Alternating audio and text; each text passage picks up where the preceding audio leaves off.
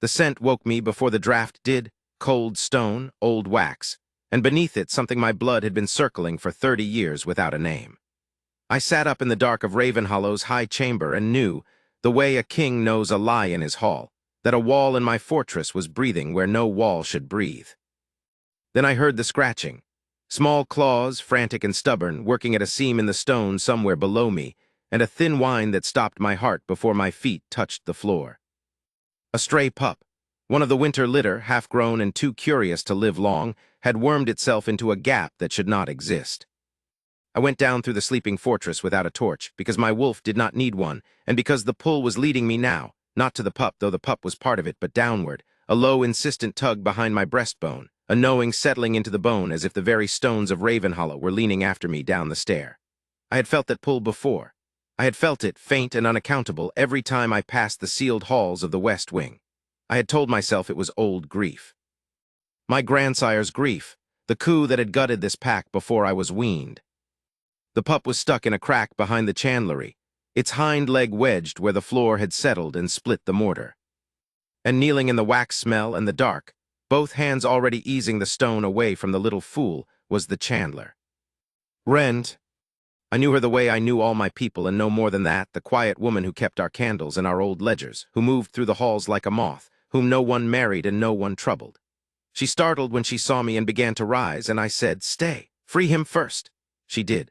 Her hands were steadier than mine, and when the pup slid loose and bolted, the crack it left behind gaped wider than a pup, wider than a girl, wider than a secret ought to gape after 30 years. Cold air breathed out of it. Old wax, old parchment, and under it that scent that had woken me, and I understood, with the pull tightening like a fist, that the scent was not coming from the room. It was coming from her. It had always been coming from her, in every hall we had ever passed each other, and I had been too proud or too blind to read what my own instinct kept laying at my feet. "Bring a light," I said, and my voice was not a king's voice. It shook. She lit a taper without asking why, because keeping candles was the whole of what the world had let her be, and she handed it to me, and I widened the gap with my shoulder until a man could pass. Beyond it was a room the fortress had forgotten it owned. A nursery. A cradle gone to gray ribbon and dust, a nurse's chair, a wall of shelves, and the shelves held the pack's oldest moon records, the great bound registers of every birth under every moon, sealed away and mourned as lost since the night of the coup. "These were burned," Wren whispered behind me. "The archives were burned, everyone says." "Everyone was told a story," I said. I lifted the topmost register. The pull did not want the register. The pull wanted the far wall, where a portrait hung under a shroud of cobweb, and I crossed to it and drew the web away, and a woman looked back at me out of the dark, dark-eyed, grave, wearing the silver crescent of a luna, a true luna, of the first line that the traitors had cut down root and branch so that no rival blood could rise against them. And at her throat, painted in careful gold, hung a locket, a crescent locket split by a seam of vine. Behind me, I heard Wren's breath go out of her all at once. I turned. She had gone white to the lips, and her hand had risen to her own throat, to the plain cord she had worn as long as anyone had known her, the cheap trinket a scullery woman was allowed. Except it was not cheap. She drew it out with a shaking hand, and it was silver under the grime, a crescent split by a seam of vine, the twin of the painted one, the exact twin, down to the notch worn into its edge. "My mother gave it me," she said. "The woman who raised me, she found me. She always said she found me in the West Wing the night the fighting stopped." Her voice climbed. "She said I was too small to have a name yet." I could not speak. The pull had brought me down 30 years of stone to stand in front of the answer to a question the whole pack had stopped asking. I took the register I had abandoned, and I opened it to the last moon of that terrible year, and my finger found the line, and the ink had not faded, because the room had kept it as the room had kept her. "Under the hunter's moon," I read, "to Seraphil of the first line, lunar of Ravenhollow, a daughter, named for the dawn that followed the long dark, named," my voice broke and I made it go on, "Leora."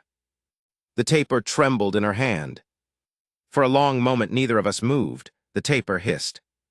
Somewhere above us, the pup we had freed was scrabbling back toward its mother, alive because it had been foolish enough to crawl into a wall no grown wolf would trust. And I thought wildly that the whole of Ravenhollow's true history had turned tonight on the courage of a half-grown fool who did not know a solid wall from a lie. Then the thought steadied into something plainer and harder. They hid you, I said.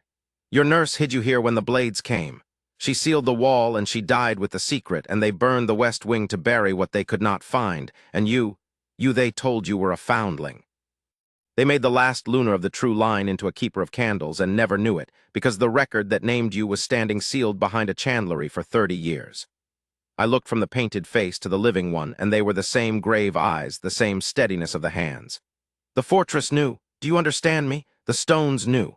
That is what has been pulling at me every time I passed these halls. It was not grief. It was you.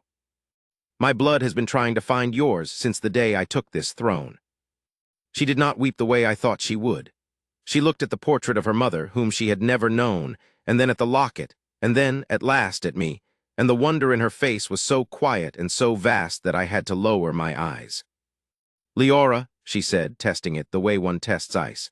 I have never had a name that was mine, only Wren because I was small and gray and swept the corners.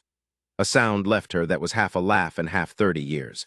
I used to sit in that wing with my candles because it was the only place that ever felt like it was waiting for me. I thought I was foolish. You were the only one in Ravenhollow who was not lied to, I said. The stones told you the truth, and you were the only one listening. I opened the locket because she could not. Inside, behind the crescent, was a curl of pale hair no bigger than a moth's wing, and a single word scratched by a mother's own hand into the silver. Return. That was when my wolf, who had been silent and reverent this whole while, lifted his head inside me and gave one long note of recognition, not acclaiming, never that. A homecoming. I felt the bond settle down through me and lock into place like a key finally fitted to the lock it was cut for, and I knew, and I think she knew, that it had been half felt between us for a long time and had never once made sense until now. A chandler and a king. It had been folly. It had never been folly at all. You are not obliged to any of this, I said, because she had been given nothing her whole life, and I would not be the first to hand her a cage dressed as a crown. Not the name, not the throne, not me. You have carried other people's silence long enough. Whatever you choose, this room is yours, and this line is yours, and no one in these halls will ever again call you small. She was quiet a moment. Then she reached out, not to me, but to the portrait, and laid 2 fingers against her mother's painted hand, the way you touch someone you are meeting and losing in the same breath. I should like to know her, she said, and I should like to see the halls she walked. They have been closed a long time. Then they will not be closed by morning, I told her. I kept that word. When the sun came up over Ravenhollow, I called my strongest to the west wing, and we broke every seal the traitor's heirs had left standing, and we let the light into rooms that had breathed nothing but dust since before I drew breath. I ordered the burned wing rebuilt, and the moon records carried up into the day where the pack could read its own true history, and see how long it had mourned a Luna who had been polishing its candlesticks all along. The spirit wolves came that night. The pale old ancestors that show themselves only when the line runs right again, and they walked the opened halls, and they gathered close about a gray woman with a silver crescent at her throat and did not leave her side. I'm a king who took a broken, lied-to fortress and thought the wound in it was mine to carry. It was never mine.